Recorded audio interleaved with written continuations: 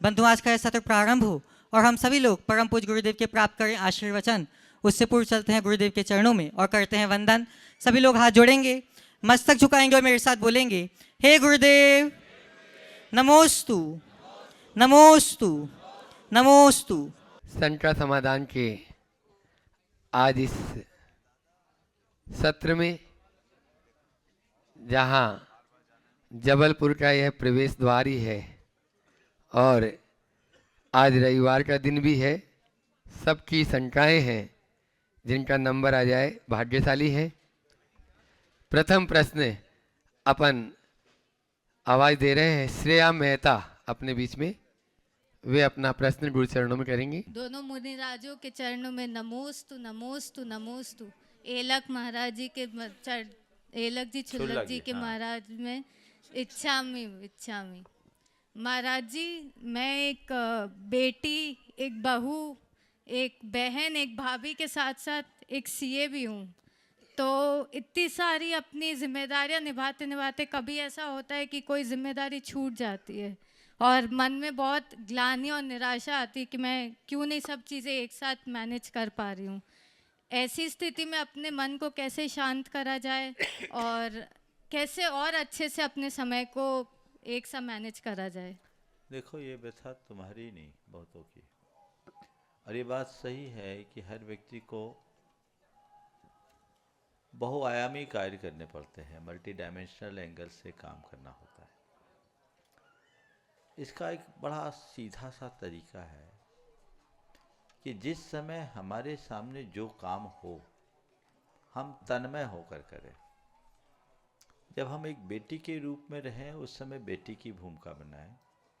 जब हमारी ड्यूटी एक बहू जैसी हो, तो उस समय हम एकदम बहू बन जाएं। जब हमारी भूमिका पत्नी की हो, उस समय केवल पत्नी रहे। जिस समय बहन की हो, उस समय बहन की हो। और जिस समय आप सीए हो या कोई और प्रोफेशनल हो, तो उस समय हम अपने प्रोफेशनल को लें। गड़बड़ कब होती है? जब हम एक दूसरे को मिक्स कर देते हैं। हर काम का अलग अलग पार्ट है, एक साथ सब चीज़ें निभाने की कभी नौबत नहीं आती। लेकिन हम लोग आजकल एक चर्चा आती, मल्टीटास्किंग। मल्टीटास्किंग आती है ना, तो मल्टीटास्किंग को बहुत हार्मफुल कहा गया है। तो इसी तरह लोग आजकल सब तरफ दिमाग दौड़ाने लगते हैं। अपनी मेंटल फाइलिंग डेवलप कीजिए। जिस समय जो काम करना है, उस समय वही काम करें। इधर उधर दिमाग न लगाए, तो हमारा रास्ता ज़्यादा अच्छा होगा। समझ गए? तो हम एक दिशा में चले। आप मुझे देखते हो, एक सवाल आया, अभी अगला सवाल क्या पूछा जाएगा पता नहीं, लेकिन इस सवाल का असर उस सवाल पर नहीं रहेगा, उस सवाल का असर उस पर नहीं होगा। ये कहलाता है मेंटल फाइलिंग। तो चीज़ों को मैनेज कीजिए। जिस समय हमें जो करना है, हमारा फोकस उस पर होना चाहिए, तो हमारा जीवन अच्छा होगा। ये चैलेंज आपके पास नहीं, सबके पास, सबके साथ है। और जीवन में हम सबको ये करना है। तो हमें चाहिए कि हम अपने जीवन को पूर्णता की ओर अग्रसर करें, हर भूमिका में खरे उतरने का प्रयास करें। नमोस्तु महाराज। इसी परिवार में एक प्रश्न युवराज जी सर्राफ, जो सतना। महाराज जी के चरणों में बारंबार नमोस्तु नमोस्तु नमोस्तु। महाराज जी, हमारा प्रश्न ये है कि आजकल के समय का ज़माना डिजिटल हो गया है और लोग धार्मिक क्षेत्र में लोग पीछे हो रहे हैं। तो हम ऐसा क्या करें कि हम दुनिया के धार्मिक क्षेत्र दुनिया में डिजिटल ज़माने के साथ भी रहें और धार्मिक क्षेत्र में भी रहें? अब लोग तो धार्मिक क्षेत्र में भी डिजिटलाइजेशन की ओर बढ़ रहे हैं। कोई दिक्कत नहीं, डिजिटल युग है तो युग के साथ हमको चलना होगा। लेकिन टेक्निकल का प्रयोग, अगर हम टेक्निक का प्रयोग या टेक्नोलॉजी का प्रयोग धर्म की प्रभावना के लिए करें, तो बहुत कुछ हो सकता है। हमारे लिए एक अवसर है। जो लोग रील स्क्रॉल करने में समय बर्बाद करते हैं, जो लोग सोशल मीडिया में एक्टिव होकर के व्यर्थ की बातों में अपना समय गंवाते हैं, उन लोगों को चाहिए कि उसी माध्यम से धर्म की बातें सीखें। आज वो चीज़ें भी तो उस प्लेटफॉर्म पर अवेलेबल है। तो हम तकनीक को कोसे नहीं, तकनीक का सही उपयोग करना सीखें। और मैं मानता हूँ कि ये हमारे लिए एक अच्छा अवसर है, क्योंकि टेक्नोलॉजी के माध्यम से आज हम अपने तत्व की बात बहुत आसानी से दूसरों तक पहुंचा सकते हैं। अब तो टेक्नोलॉजी में भी और एडवांस आ गया है। अब एआई आ गया है, जहां हमें बहुत सारे समाधान मिल सकते हैं, लेकिन ये समाधान तभी मिलेगा जब हम खुद भीतर से सावधान होंगे। तकनीक तभी तक लाभदायक है जब तक कि हम उसके उपयोग की कला जानते हैं और उसके औचित्य की सीमा का बोध रखते हों। ये चीज़ें हम अपने साथ रखें तो हमारे जीवन में कहीं कोई कठिनाई या दुविधा नहीं हो। भव्यांश जैन, मदर टेरेसा नगर, पूरे परिवार के साथ में। और उस दोनों महाराज जी के चरणों में बारंबार नमोस्तु नमोस्तु नमोस्तु। क्षुल्लक जी के चरणों में इच्छामि इच्छामि इच्छामि। महाराज जी, मैं अपने क्रोध को वश में कैसे करूं और धर्म मार्ग पर कैसे आगे बढ़ूं? आप लोगों ने हंस दिया, जैसे लगता है कि आप लोगों को क्रोध नहीं आता। हाँ, आता तो है महाराज, पर हम लोग बस में करना नहीं चाहते, हम तो उसके बस में है ना। यही कारण है, ध्यान रखो, क्रोध को वही बस में कर सकता है जो सच्चे अर्थों में अंतर मन से क्रोध को बस करना जानता चाहता। जो खुद क्रोध के वशीभूत होगा वो क्रोध को कभी वश नहीं कर पाएगा। अभी 2 दिन पहले मैंने कहा, भावना योग का नियमित अभ्यास करे, प्रयोग करे, अनुभूत प्रयोग है। जिनको बहुत गुस्सा आता है, आप 21 दिन तक आज से प्रयोग कीजिए, भावना योग कीजिए और साथ में एक कमांड बार बार दीजिए, लगभग 10 मिनट लगेगा। मुझे शांत रहना है, मुझे शांत, बोलो, थोड़ा जोर से बोलना है, मुझे बस मुझे ये मंत्र है। एकदम दीर्घ और लयात्मक तरीके से आप 108 बार जपिए, लगभग 10 मिनट लगेंगे। अपने मोबाइल की रिंगटोन में इसको डाल दीजिए, अपने दफ्तर में लिख लीजिए, बहुत सारे टेम्पलेट्स हैं हमारे लोगों के पास, मिल जाएगी। मुझे शांत रहना है, टांग लीजिए अपने दफ्तर में, अपने कमरे में, अपनी गाड़ी में, अपने मोबाइल के वॉलपेपर में, रिंगटोन में। आपके माइंड को दिन भर में 100-200 बार ये स्ट्राइक करेगा, मुझे शांत रहना है। तो इससे क्या होगा, आपके माइंड में एक न्यूरल पाथवे बन जाएगा, मुझे शांत रहना है। आपके सबकॉन्शियस में संस्कार जम जाएंगे, मुझे शांत रहना है। तो जो अनचाहे में गुस्सा आता है तो इधर गुस्से के संस्कार उभरेंगे तो अंदर से दूसरा भाव आएगा, मुझे शांत रहना है। तो जैसे उफनते दूध में 2 बूंद पानी के छींटे मारते ही उफान शांत हो जाता है, ऐसे ही आपका क्रोध भी शांत हो जाएगा। अनेक लोगों ने अपनाया है, जो प्रचंड क्रोधी थे वे शांत मूर्ति हो गए, शांति के मूर्ति हो गए। आप भी कर सकते हैं, बशर्ते आप प्रयोग करें। पर मुझे मालूम है आप लोग डॉक्टर से प्रिस्क्रिप्शन भर लिखवाते हो, दवाई खाने की गलती नहीं करते, इसलिए बीमार बने रहते हैं। चलिए ओम। विभाष जी चौधरी नमोस्तु डोटे गांव महाराज से अपने बीच में है, संपूर्ण डोटे गांव समाज के साथ में, और भी जो डोटे गांव से आए हैं सभी एक साथ हो जाएं, उन्हीं के साथ में वे अपना प्रश्न गुरु चरणों में कर रहे हैं। और उसके बाद में आज अपने बीच में इंदौर के नवरत्न और महामंत्री शिरोमणि संरक्षक गुणायतन के हर्ष तृप्ति जी जैन यहाँ पर उपस्थित हैं, वे अपना प्रश्न गुरु चरणों में करेंगे। गुरुवर नमोस्तु, मुनि संघ, समस्त मुनि संघ को नमोस्तु, क्षुल्लक जी को इच्छामि। गुरुवर, मैं आज के 30 से 35 वर्ष पूर्व जब आप गोटेगांव में थे तो आपकी जो सुबह 5 बजे क्लास लगती थी, उस 5 बजे की क्लास में मैं सबसे युवा सदस्य था और आपका बहुत स्नेह था। मैंने गुरुवर को आहार के बाद बोला, मैंने गुरुवर मैं लंबोकार मंत्र के अलावा कुछ नहीं जानता हूँ। तो गुरुवर बोले आप क्लास अटेंड करेंगे, तो 5 बजे से आपकी क्लास अटेंड की। उसके बाद से मेरे में परिवर्तन थे आए। गुरुवर, मैं एक परिभाषा बोल रहा हूँ, उसमें आप सुधार करें, क्योंकि आपने पहले से हमको सुधार किया। व्याकुलता और आनंदित। व्याकुलता वो होती है गुरुवर, जब किसी का चौका खाली चला जाता है तो उस माँ से पूछो व्याकुलता क्या होती है। और आनंदित प्रसन्नचित्त क्या हो, जब किसी के चौके में आहार हो जाते हैं तो उनसे ज़्यादा आनंदित कौन हो सकता है। तो गुरुवार हम गोटेगांव वाले व्याकुल हैं। आप 35 साल पहले गोटेगांव आए और इसके बाद गुरुवार हमारे आप इस पे यहाँ पे आप जो सबका समाधान कर रहा है ये भी गोटेगांव का ही है। सुमित हमारे छुल्लक जी भी गोटेगांव से हैं और ऐसे हमसे लोगों से क्या भूल हुई कि 35 साल हो गए आपके गोटेगांव तरफ, 30 से 35 साल हो गए आप गोटेगांव में हम लोगों को तरफ ध्यान नहीं दे पा रहे। ऐसे में हम लोग पद भ्रमित नहीं हो सकते गुरुजी क्या? आप आदि दें। ओ देखो, आपने कहा है कि इस व्याकुलता को आनंद में कैसे बदले, है ना?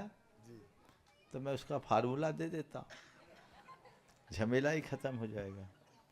बता दूं, ये व्याकुलता को सदाबहार आनंद बनाना है तो आहार देने की जगह आहार लेने वाला बन जाओ, झंझट ही खत्म।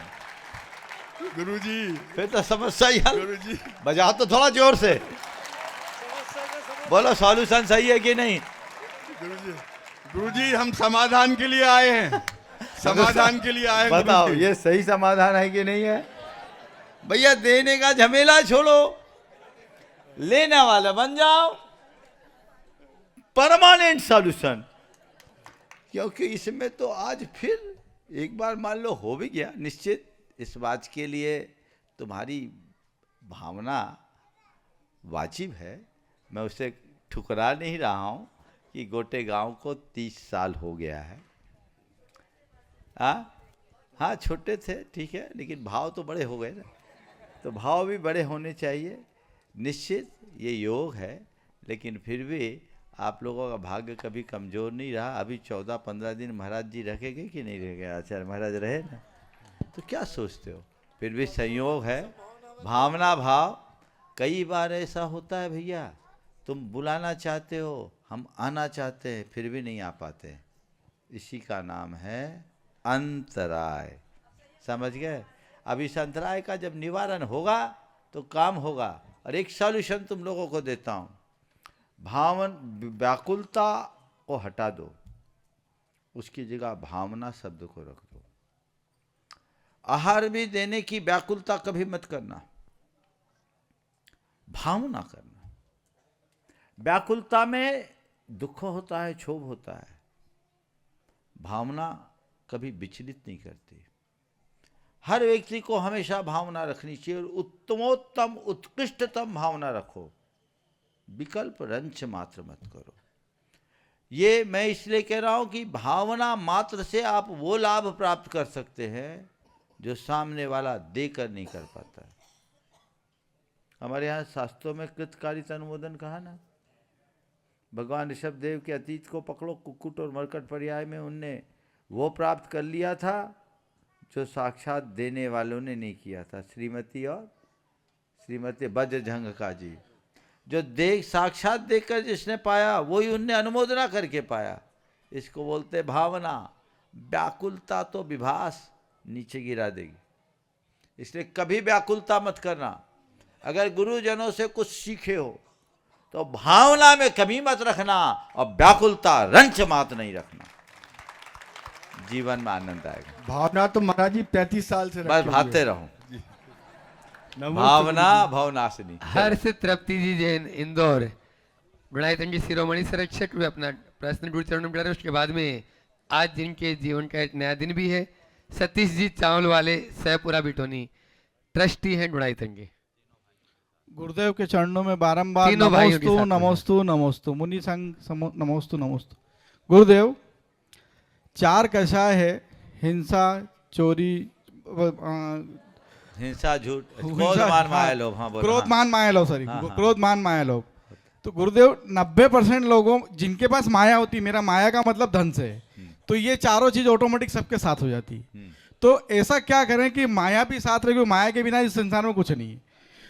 तो माया भी साथ रहे और इन चारों कषायों से भी बच जाए।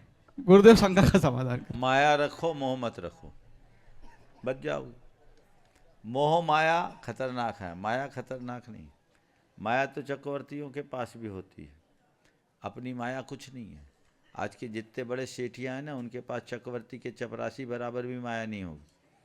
क्या बोल रहा हूँ? चक्रवर्ती के चपरासी बराबर भी नहीं होंगे वो, पर इनके पास माया कम है, मोह ज़्यादा है। और उनके पास मोह नहीं रहता, केवल माया रहती। माया जब मोह से भर जाती है हमारा पतन करा देती है। और मोह युक्त माया जिनके जीवन में होती है, उनके जीवन का मोह मुक्त माया जिनके जीवन में होती है, वो अपनी माया का सदुपयोग करते हैं। तो सदुपयोग करो और अपने जीवन को आगे बढ़ाओ। समझ गए? मैं चाहूँगा एक बार इस दंपति का जोरदार अभिनंदन करें।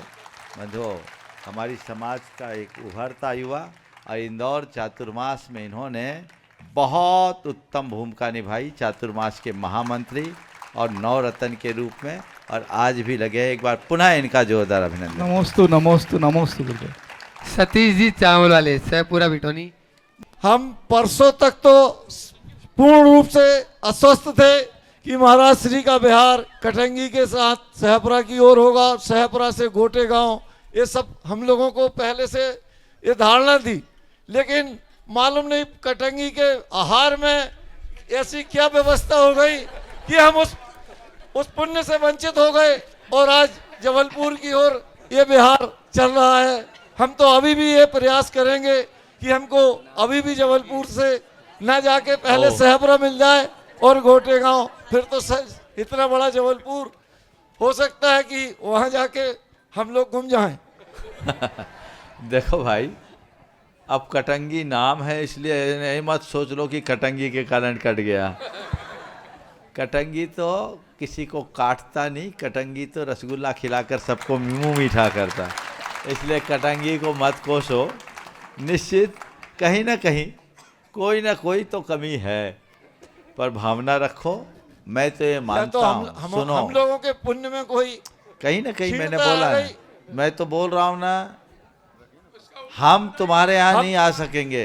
सुनो ध्यान से, हमको मैं तो उपाय बोल रहा, बताएं सुनो ताकि- तो, हम तुम्हारे यहाँ नहीं आ पाएंगे, तुम्हारा पुण्य हमें खींच के लाएगा। नमस्ते नमस्ते। अपने पुण्य को गाढ़ा करो, रास्ता प्रशस्त होगा। चलो। और अशोक जी सेठी, एक बार जोरदार ताली बजा दीजिए इनके लिए भी। शिरोमणि संरक्षक, आज वो गोसलपुर कमेटी के साथ आए हैं, गोसलपुर समाज के साथ में। दिव्योदय क्षेत्र पूरी यहाँ पर कमेटी भी और समाज भी है। अशोक भी अपनी बात, अपना प्रश्न गुरु चरणों में करेंगे, और उसके बाद में बाल ब्रह्मचारी दिनेश भैया जी प्रतिष्ठाचार्य और गुरुकुल के अधिष्ठाता तैयार रहेंगे। नमोस्तु गुरुवर। गुरुवर, जैसे ही पता लगा कि जबलपुर की तरफ दिशा बन गई है, हमारे मन में ये विचार तो चल ही रहा था कि सिगरजी अल्टीमेट डेस्टिनेशन है, लेकिन उसके बीच के अंदर एक छोटा सा क्षेत्र जो था पहले, वो दिव्योदय अतिशय तीर्थ क्षेत्र के रूप में बन रहा है। हम लोगों ने भूमि पूजन कंप्लीट कर लिया था, लेकिन आपका इंतजार इसलिए कर रहे हैं कि आपके आने के दिन ही उसका असली काम उस दिन ही शुरू किया जाएगा, और वो रास्ते में पड़ रहा है। ये भावना मेरी और पूरे दिव्योदय परिवार की है, जिसमें हमारे प्रेसिडेंट अपने अपनी शब्द कुछ भी कहना चाहें तो कह सकते। नमोस्तु गुरुदेव, नमोस्तु नमोस्तु। हम सभी की ये भावना है गुरुदेव कि आपके सानिध्य में दिव्योदय तीर्थ क्षेत्र का निर्माण जल्द से जल्द हो और उसका शुरुआत चालू जो कार्य होना है शुरुआत हो रहा है। देखिए, ये आप लोगों का सौभाग्य है कि मुनिपुंग और सुधा सागर जी महाराज के निमित्त से आपके क्षेत्र का उद्धार हुआ। पिछली बार जब मैं गया था तो आप लोगों ने भावनाएं व्यक्त की थी, मेरे पास समय अल्प था इसलिए मैं निकल गया था, कोविड का दौर था। लेकिन जब चीज़ का समय आता है, काम होता है, और ये बहुत ही प्रशंसनीय बात है कि भाई अशोक ने उस काम में एक बहुत बड़ा योगदान अपना दिया। एक बार इनका जोरदार अभिनंदन करें। आप लोगों ने जो भावना भाई है, अब देखो, हम तो अभी, आपको पता है जबलपुर को गुरुजी महासमुद्र कहते थे, सागर से बड़ा सागर जबलपुर है। अब वहाँ जाने के बाद क्या होता मुझे ही पता नहीं, ये तो जबलपुर वालों का भाग्य बताएगा। उसके बाद जो योग बनेगा देखेंगे। बहुत बहुत आशीर्वाद। श्री वर्णी दिगंबर जैन गुरुकुल के अधिष्ठाता ब्रह्मचारी दिनेश भैया जी और बच्चे अपने स्थान पर खड़े हो जाएंगे। गुरुकुल के सारे बच्चे यहाँ पर उपस्थित हैं, वे अपने स्थान पर हाथ जोड़ के खड़े रहें। यहाँ पर अधिष्ठाता जी आपकी बात अपने मुझ से यहाँ से कर रहे हैं। परम पूज्य मुनिद्वय के चरणों में नमोस्तु, छुल्लक जी के चरणों में क्षामी, सभी हमारे जबलपुर वासी संस्कार धानी के 10,000 परिवार, महाराज श्री जबलपुर में 10,000 परिवार हैं, 2 लाख की जनसंख्या जैन समाज की है। अरसे वर्षों के बाद आपका जबलपुर आगमन हो रहा है। हमने देखा है कि आपकी प्रतिभा का जबलपुर वालों ने बहुत लाभ लिया है। आचार्य श्री के आशीर्वाद से आपने बहुत बड़े बड़े काम कराए हैं। अब आपको पुनः हमें, हमारी समाज को सौभाग्य मिल रहा है कि आपके चरणों में हम लोग ऐसा क्या करें कि आपके सानिध्य का जन जन, करीबन 50 लाख की जनसंख्या 100 किलोमीटर के एरिया में है, जैन अजैन सब आपके सानिध्य का पूरा लाभ लें अधिक से अधिक। ऐसा कोई विधान, ऐसा कोई कार्यक्रम, प्रवचन श्रृंखला हम आशीर्वाद चाहते हैं जबलपुर जैन समाज की ओर से, कि हम समझते हैं कि 108 मंडलीय जो विधान होता है वो 108 आपके नाम के साथ जुड़ा हुआ है। ऐसा कुछ हम लोगों को आशीर्वाद दें कि अभी से हम लोग आज से ही तैयारी प्रारंभ कर दें। ऐसा कोई अतिशयकारी कार्य कर दें जो हमारे गुरुवर के आचार्य समय सागर जी हो, आचार्य विद्यासागर जी हो, चाहे मुनिराजो हो, उनसे भी ऐसा आशीर्वाद मिले कि हम लोग जबलपुर के गौरव को ऐतिहासिक बना सकें। नमोस्तु भराश्री, नमोस्तु भराश्री। एक बार दिनेश भैया जी के जोश के लिए जोरदार करतल ध्वनि कर दे। अभी भी वही अंदाज है। आप लोगों ने भावना व्यक्त की, निश्चित जबलपुर तो जबलपुर है। गुरुदेव कहते थे जबलपुर नहीं जबरपुर है, वाह। और जबर का काम तो जबर ही होता है। मैं आप सबसे इतना ही कहूँगा, जबर करना चाहो करो, जबरदस्त करो, वाह। लेकिन जबरदस्ती मत करना। समझ गए? अब हम पहुंच रहे हैं, महाराज क्या करे, कैसा हो भैया, अब हम जा रहे हैं। ये मान के चलना, ये टेस्ट मैच का दौर नहीं है, ये वनडे का भी नहीं है, 2020 है। 2020 हर गेंद की कीमत है। अब इस हर गेंद को सीमा पार पहुंचाना तुम्हारी जिम्मेदारी है। वाह। आप अपनी तैयारी कीजिए। जबलपुर समाज है, हम पहुंच तो रहे। अब तो कोई डाउट नहीं है। कटंगी तक तो थोड़ा डाउट था, अब तो हम चाहें भी तो गुंजाइश नहीं है। महाराज जी जबलपुर से गोटेगांव से सुनो तो पहले जुड़े हुए हैं, वो तो बात ही है। तो मैं जो कह रहा हूं, ये 2020 का दौर है। जबलपुर वाले निश्चित, हम जानते हैं कि जबलपुर में भूमिका हमेशा बड़ी ही बनती है। और मुझे 2004 की स्मृतियाँ और उससे पहले 1997 जनवरी की स्मृतियाँ अभी दिख रही है। पता नहीं आगे क्या होगा। मैं तो कुछ करवाता नहीं, मैं तो केवल आशीर्वाद देता हूँ।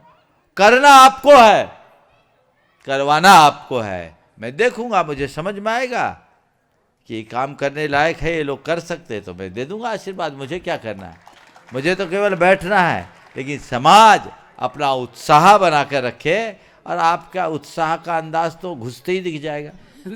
हालांकि दिग्लक्षण तो अभी से दिख रहा है। जहाँ मूसलाधार वर्षा होनी होती है ना, तो उसके पहले थोड़ी थोड़ी ठंडी हवा चालू हो जाती है, और दिख रही है हवा आने लगी है। अब थोड़ी देर बाद छींटे आएंगे, और फिर मूसलाधार, धुआंधार। धुआंधार जबलपुर में तो धुआंधार है, धुआंधार है। तो धुआंधार ही होना चाहिए। ये प्रयास कीजिए। महाराज श्री प्रवेश का समय भी हम लोगों को मिल गया है। हम इस माइक के माध्यम से, इस शंका समाधान के माध्यम से भारतवर्ष की जैन समाज और मुनिश्री के भक्तों से निवेदन करना चाहते हैं कि मंगलवार को ऐसा ऐतिहासिक प्रवेश हो महाराज श्री का कि लोग आश्चर्य करें कि जबलपुर का एक महासागर जो है हमारे गुरुवर के चरणों में अपने विनयांजलि प्रस्तुत कर रहा है। बोले मुनिश्री प्रमाण सागर जी महाराज की, मुनिश्री प्रमाण सागर जी महाराज की। आनंद नहीं आया। महाकौशल का प्रवेश हो, बहुत बढ़िया, जबरदस्ती यही कहलाई। बोले मुनिश्री प्रमाण सागर जी महाराज की। नमोस्तु महाराज जी।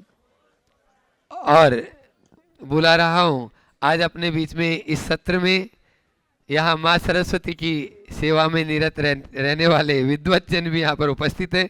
ब्रह्मचारी धर्मेंद्र जी शास्त्री और जो गुरुकुल के ही हैं वे तो हाँ विद्यार्थी रहे हैं। एक बार जोरदार ताली से ब्रह्मचारी धर्मेंद्र भैया का स्वागत करें। और उसके बाद में डॉक्टर सोनल जी शास्त्री दिल्ली से भी आज अपने बीच में उपस्थित हैं। पूज्य श्री जी की जो पुस्तकें होती हैं उनके संपादक भी रहते हैं, ऐसे सोनल भैया तैयार रहेंगे। पूज्य श्री के चरणों में नमोस्तु।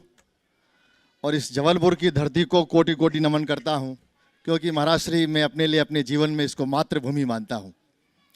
पूज्य श्री आपके आशीर्वाद से भारत सरकार शिक्षा मंत्रालय, केंद्रीय संस्कृत विश्वविद्यालय की ओर से और नैनागिरी सिद्ध क्षेत्र के सहयोग से नैनागिरी सिद्ध क्षेत्र में अभी 21 दिवसीय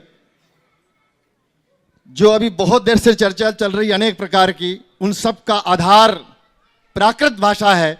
इस प्राकृत भाषा के अध्ययन का एक शिविर चल रहा है 21 दिन का, और उसमें 7 राज्यों के 35 लोग आए हुए हैं। उन सब ने आपके श्री चरणों में कोटि कोटि नमोस्तु निवेदित किया है। पूज्य श्री जब मैं आ रहा था तो शिविर में पढ़ाने के लिए एक विश्वविख्यात विद्वान आए हैं, शांति निकेतन विश्वविद्यालय कोलकाता से प्रोफेसर जगत राम जी भट्टाचार्य। मैंने कहा कि मैं पूज्य प्रमाण सागर मुनिवर के दर्शन करने जा रहा हूं, तो उन्होंने कहा अरे वो मुनिराज हैं क्या जिन्होंने जैन तत्व विद्या लिखी है, बड़ी अद्भुत पुस्तक है। और उन्होंने आपके श्री चरणों में कोटि कोटि प्रणति निवेदन किया है। पूज्य श्री मेरी जिज्ञासा यह है कि ये मध्य प्रदेश की धरती प्राकृत से बहुत घनिष्ठ जुड़ी हुई है। ये जबलपुर क्षेत्र है, एक रूपनाथ जगह है, वहाँ ईसा पूर्व 2री शताब्दी में प्राकृत का शिलालेख है।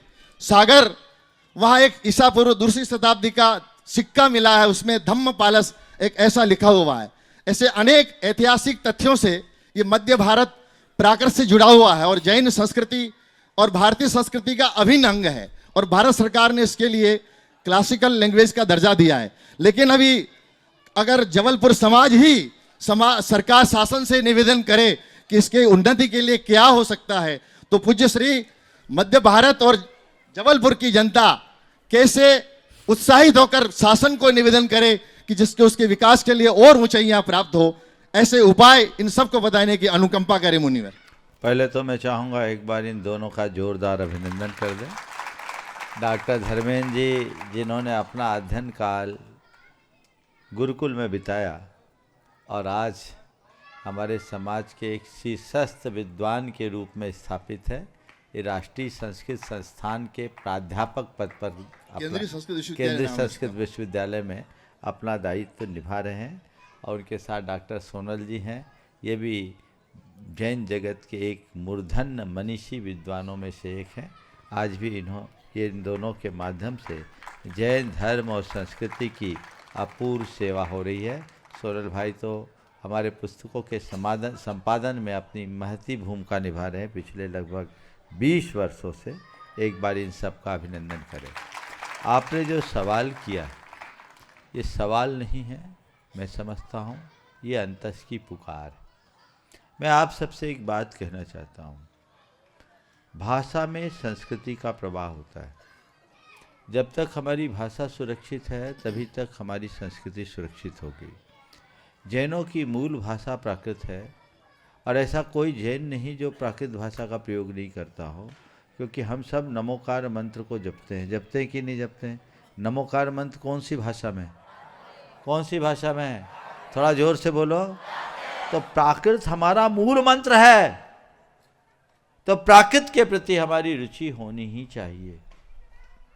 भारत की प्राचीनतम भाषाओं में एक है। भारत सरकार इस अर्थ में बधाई की पात्र है कि उसने उसे क्लासिकल लैंग्वेज की श्रेणी में रखा है। ये बहुत अच्छी बात है। लेकिन अब हम सबकी ये जिम्मेदारी है कि हम अपनी भाषा के प्रचार प्रसार में कुछ अपनी भूमिका निभाएं। बहुत सारे ऑनलाइन कोर्सेस हैं। महिलाओं को मैं कहूँगा बहुत सारे कोर्स आप लोग करते हैं। क्या हो, प्राकृत में आप लोग घर बैठे MA कर ले, डिप्लोमा कोर्स कर ले, बहुत सारे ऐसी सुविधाएं आप घर बैठे कर सकते हो, बहुत सरल है, आप करें। और एक सुझाव पूरे देश की जनता को मैं आज इस मंच के माध्यम से देना चाहूँगा कि अब की बार सेंसेक्स होगा, 2027 में जनगणना होनी है और उसमें भाषा के कॉलम में आपको लिखना है हमारी भाषा क्या है, क्या लिखना है।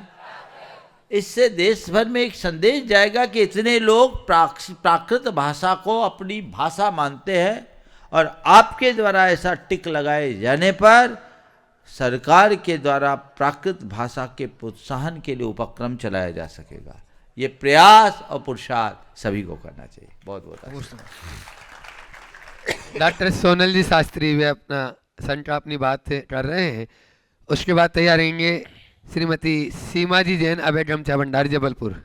पूज्य मुनिश्री के चरणों में नमोस्तु, संघ के चरणों में यथायुग प्रणति।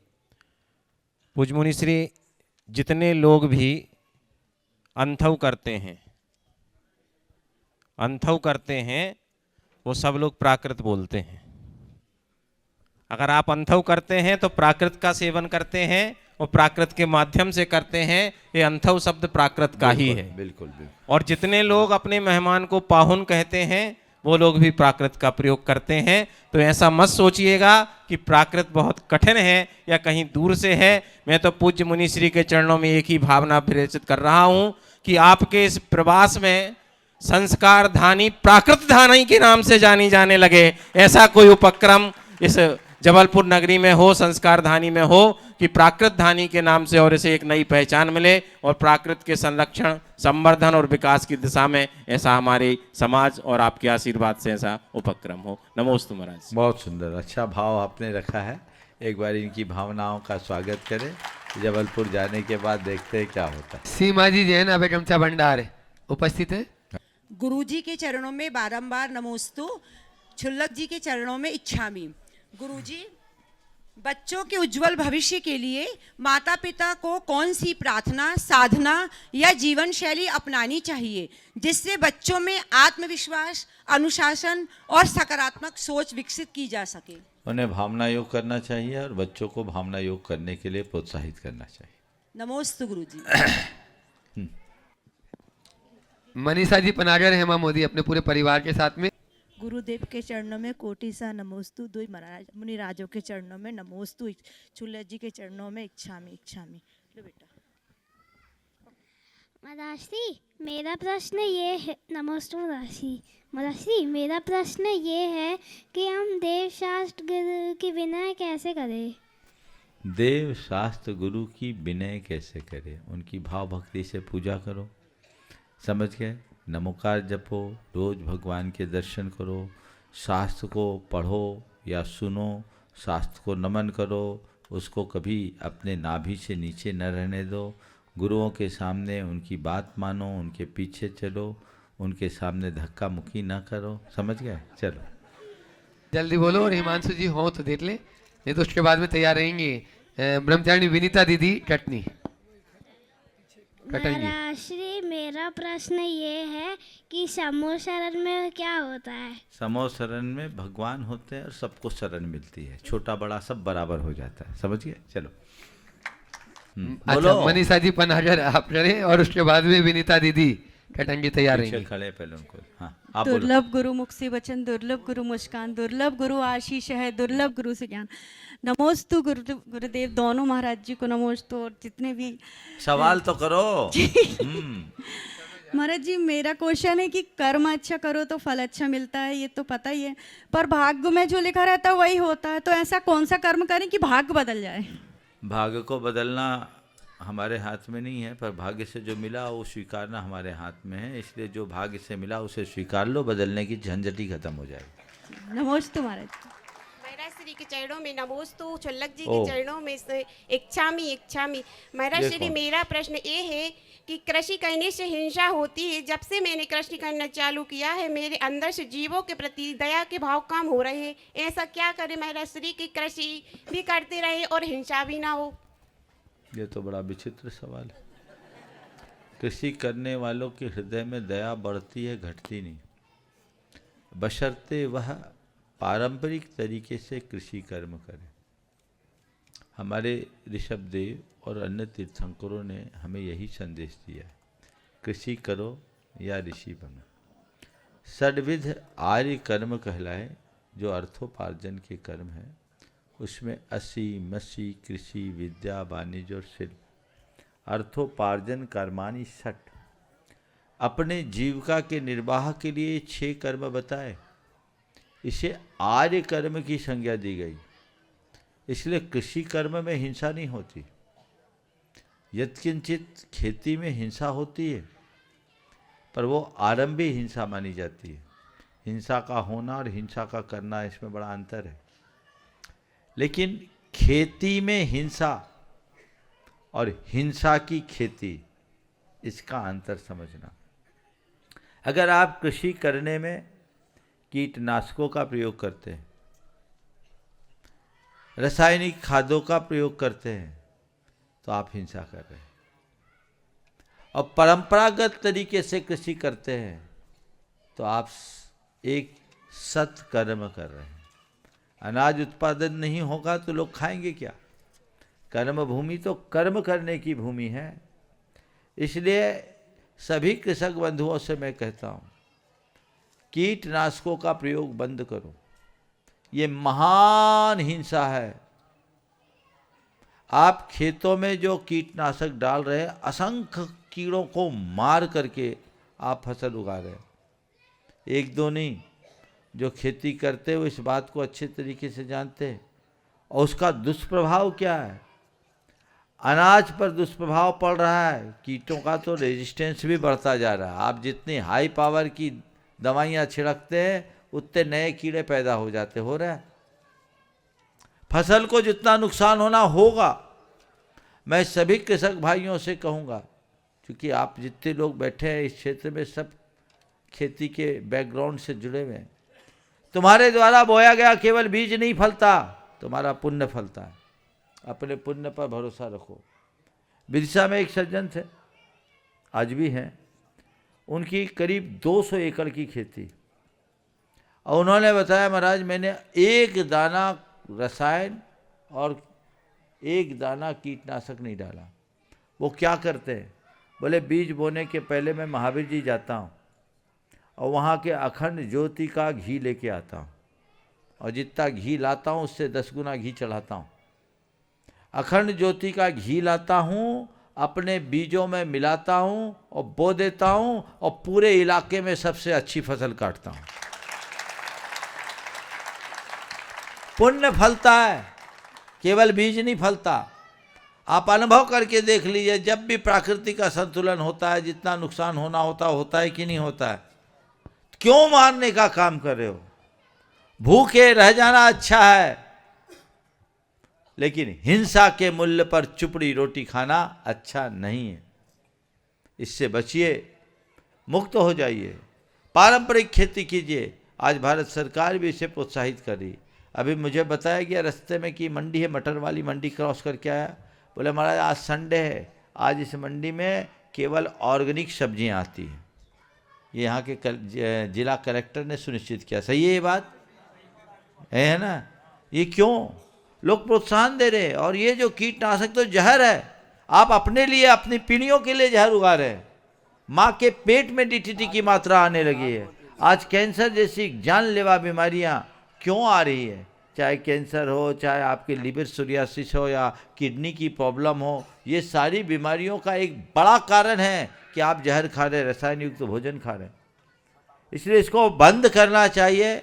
और सच्चे अहिंसा धर्म के अनुयायी हैं तो आपको ऑर्गेनिक खेती पर प्रोत्साहन देना चाहिए।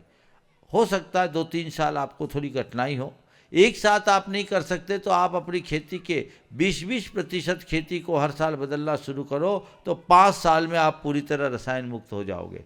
धीरे धीरे करो और आगे बढ़ो। हिंसा युक्त खेती करना ठीक नहीं है, न खुद से और न ही किसी और से कराना। ब्रह्मचारिणी विनीता दीदी कटंगी से ज्ञान विद्या स्वाध्याय के सदस्यों के साथ में बारंबार नमोस्तु नमोस्तु नमोस्तु। गुरुजी, मेरा प्रश्न है कि जो जिनवाणी जीर्ण शीर्ण हो जाती हैं तो उनको यथास्थान रिसाइकलिंग के लिए भेज दिया जाता है, लेकिन जो जिनवाणी में दीमक लग गई हुई है, वो पुरानी हो गई हैं, तो उनका क्या करें? अब हम क्या करें? हम तो ये बोलेंगे कि ऐसे रखो कि दीमक लगे ही नहीं। विवेक से काम करो। चलो, जाप मंडल परिवार जबलपुर। मुनिद्वय के चरणों में बारंबार नमोस्तु नमोस्तु नमोस्तु। छुल्लक जी महाराज जी के चरणों में इच्छामी इच्छामी इच्छामी। महाराज श्री, जाप मंडल परिवार जितने भी बड़े आयोजन होते हैं, विधान, पंच कल्याणक आदि, सभी में निर्विघ्न कार्यक्रम को संपन्न कराने के लिए जाप करता है, पूर्ण विशुद्धि के साथ जाप करता है। और अभी तक लगभग जाप मंडल जो है लगभग 5 करोड़ मंत्रों का जाप कर चुका है। मुनिराज, आपके चरणों में निवेदन है कि हम ऐसे कौन से और कर्मों को और इन नियमों को शामिल करें, सावधानियों को शामिल करें कि हम धर्म का और अधिक प्रभाव कर सकें और अपने कर्मों की निर्जरा कर सकें। आज मुझे ये सुनकर हार्दिक प्रसन्नता की अनुभूति हुई कि जबलपुर जैसे नगर में ऐसे लोगों का भी समूह है जो विशुद्ध भावों से भरकर धार्मिक अनुष्ठानों में जाप करता है। नमोस्तु। अब मुझे तब और ज़्यादा प्रसन्नता हुई जब पता लगा कि ये लोग दूर दूर जाकर अपने खर्चे से ये काम करते हैं। निश्चित ऐसा करके आप सब लोग साथी से पुण्य का बंद कर रहे हैं। नमस्ते। और लोगों को प्रेरणा भी इससे मिलनी चाहिए। आपके माध्यम से एक संदेश लोगों को जरूर देना चाहता हूँ। पूजा विधानों में लोग इंद्र बनने के लिए तो उत्साहित रहते हैं, पंचकल्याणकों में इंद्र बनने के लिए उत्साहित रहते हैं, लेकिन बिना जाप के तो विधान ही अधूरा है। असली ऊर्जा तो जाप से होती है, इसलिए कहीं हो तो जप करने में पीछे मत रहो। ऐसी कई टीम होनी चाहिए, हर गांव हर शहर में होना चाहिए। नौबत ही नहीं आनी चाहिए कि कहीं बाहर से किसी को बुलाना पड़े। आप लोग बहुत अच्छा काम कर रहे हैं। जाप में पूजन से ज़्यादा पुण्य है। समझ गए? पूजा, करोड़ों पूजा से एक जाप का फल मिलता है। समझ गए? पुष्प कोटि पूजा कोटि समम जप। समझ गए? तो करोड़ों पूजा कोटि समम स्तोत्रम स्तोत्र कोटि समम जप। 1 करोड़ पूजा करो और 1 स्तोत्र पढ़ो बराबर, और 1 करोड़ स्तोत्र पढ़ो और 1 जाप करो बराबर। इतना बड़ा काम है। इसलिए जाप की महिमा को जानिए, और जहाँ कहीं भी जाप्यानुष्ठान का उपक्रम हो, जैसे ये लोग उत्साहित होकर के आते, वैसे गांव-गांव जाप मंडल बने और वो आगे आकर के काम करे और लोगों ने उत्साहित करे। बहुत बहुत आशीर्वाद। नमस्ते महाराज जी। अमित जी पड़रिया अपनी पूरी टीम के साथ में। पूज्य मुनि संघ के चरणों में बारंबार नमोस्तु। पूजनी महाराज श्री, आपने कहा कि जबलपुर को जो समय मिलने वाला है वो ना टेस्ट मैच है ना वनडे है, वो 2020 है। हम आपकी बात का समर्थन करते हैं कि जितने भी मैच होंगे वो 2020 होंगे, लेकिन जबलपुर में 2020 की पूरी सीरीज होकर के रहेगी। और महाराज श्री, आपने भी कम परीक्षा नहीं ली जबलपुर वालों की, ऐसे ही आशीर्वाद नहीं दे दिया। राहतगढ़ से जबलपुर के लोगों ने आपसे निवेदन चालू किया, हिंडोरिया में किया, कुंडलपुर में किया, न जाने कहां कहां किया। और जब मैं देखता था कि महाराज श्री जबलपुर वालों की इतनी परीक्षा ले रहा है, कौन सी कसौटी पे खरा उतर रहे हैं, मैंने कहा पक्का महाराज श्री ने गन्ने का रस निकलते हुए देखा है।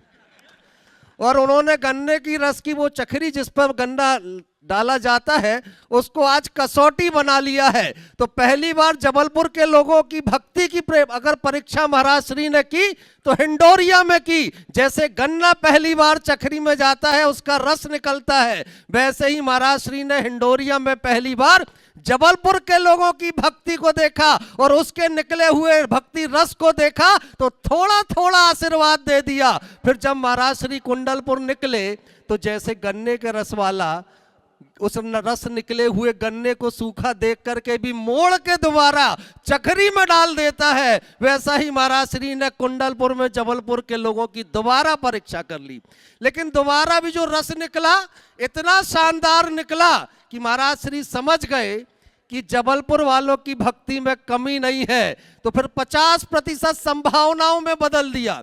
और कटंगी आते आते तो महाराज श्री ने ऐसी परीक्षा ली कि जबलपुर वालों की कुछ मिनटों के लिए सांसें रुक गई।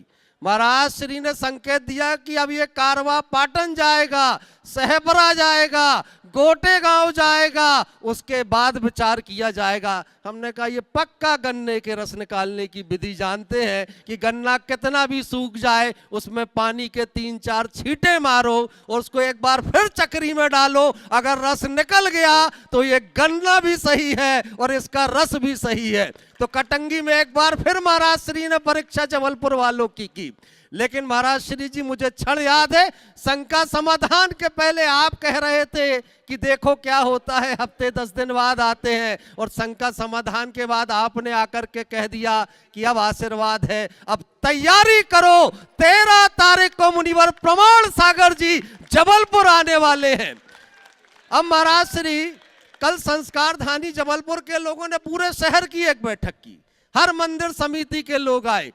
बैठक सामान्य होते होते बड़ी खतरनाक हो गई, क्योंकि हमने तो कहा महाराज श्री जबलपुर आ रहे हैं। अब जितने मंदिर वाले थे सब कहने लगे प्रमाण सागर जी के हम सब हैं और प्रमाण सागर जी सबके हैं, तो महाराज श्री जबलपुर आ रहे हैं तो हर कॉलोनी में पहुंच रहे हैं। हम लोगों ने कहा जिनालय वालों से चिंता मत करो, प्रमाण सागर जी सबके हैं, तो वो कैसे छोड़ करके जा सकते हैं। अगर कल वो अमृत तीर्थ की भूमि को सुबह स्पर्श करेंगे तो ये मान करके चलना कि जबलपुर के पूरे 45 जिनालय की वंदना करने के लिए वो आ रहे हैं। और महाराज श्री जी, कोई कह रहा परसों सुबह शिवनगर में आपकी आहारचर्या होनी है। शिवनगर के लोगों का तो हाल ऐसा हो गया है कि वहां पर हर आदमी अपने आप को इस समय राजा श्रेयांश और सोम समझ रहा है। कह रहा 13 तारीख को महाराज श्री का आहार शिवनगर में होगा तो मेरे यहाँ ही होगा। मैंने कहा पुण्य बढ़ा लो, देख लेंगे कौन राजा बनेगा और कौन श्रेयांश बनेगा और कौन सोम बनेगा। लोग कहने लगे वो तो शिवनगर में हो जाएगा। फिर महाराज श्री जबलपुर की तरफ प्रवेश करेंगे। हमने कहा चिंता मत करो, उस दिन जबलपुर में गुरुदेव नहीं प्रवेश करेंगे, बल्कि महाराज श्री के पीछे पीछे पूरा जबलपुर चलता हुआ प्रवेश करेगा। अरे आगवानी होगी तो ऐसी होगी कि महाराज श्री की जितनी आगवानियां इस भारतवर्ष में हुई होगी उससे बढ़ करके एक नया इतिहास संस्कार धानी जबलपुर में बनेगा। 13 तारीख की आगवानी होगी तो भव्य आगवानी होगी, और आगवानी नहीं होगी, महाआगवानी होगी, और शुरुआत होगी जबलपुर में प्रभावना के एक नए स्वर्ण शिखर को स्पर्श करने की। और चर्चा तो यह होने के लगे कि 7 दिन की प्रवचन माला होगी। मुझसे एक सज्जन बोले सिर्फ 7 दिन की प्रवचन माला होगी। अरे हमने कहा चिंता नहीं करो, महाराज श्री जी 7 दिन में पहले एक एग्जाम लेते हैं। जैसे जिन्होंने आईएएस दिया है, एक प्रिलिमिनरी टेस्ट होता है, उसमें पास हो जाओ 7 दिन में तो फिर मेंस होता है। मैंने कहा चिंता मत करो, वो मेंस आपका क्या होगा, प्रिलिमिनरी में पास हो जाओ 7 दिन में, मेंस में 108 मंडली विधान होगा। फिर लोग कहने लगे ये 2 तो हो जाएंगे, फिर इंटरव्यू में क्या होगा। हमने कहा महावीर जयंती का भव्य जुलूस महाराज श्री के सानिध्य में निकलेगा। तो अब महाराज श्री जी पूरा जबलपुर तालियां बजा करके कह रहा है कि पलक पावड़े बिछे हैं, पधारो मुनिराज, पूरा शहर आपकी प्रतीक्षा कर रहा है। नमोस्तु महाराज श्री। ओ टाइम बता दो 13 तारीख का। हाँ, ये पूरा शहर अब ये कह रहा है कि सुबह जब शिवनगर में आहारचर्या होगी तो आगवानी कब होगी। अरे आगवानी कब होगी, अपने दिल के दरवाजे खोल करके रखना और एक में एक हो जाना। 13 तारीख की दोपहर 1 बजे शहर के मुख्य मार्गों से महाराज श्री की आगवानी होगी। शिवनगर से दमोह नाका के बीच के मार्ग में आगवानी का जुलूस व्यवस्थित होगा। साथ ही साथ हजारों लाखों लोग वहां पर होंगे। और आगवानी का जुलूस कैसा निकलेगा कि लगेगा कि दिगंबरत्व का जय घोष अगर कहीं हो रहा है तो 13 तारीख को दोपहर में महाराज श्री की आगवानी में हो रहा है। तो जितने लोग यहाँ बैठे और जो लोग सुन रहे हैं, अब एक काम कर देना, अगर जिन शासन में जन्म लिया है तो अब जिन शासन की प्रभावना के लिए 13 तारीख की दोपहर 1 बजे रास्ते पर आ जाना और महाराज श्री के पीछे चलते चले जाना। और सबसे कहूंगा जहां आरती हो तो उस आरती के थाल का स्पर्श जरूर कर लेना।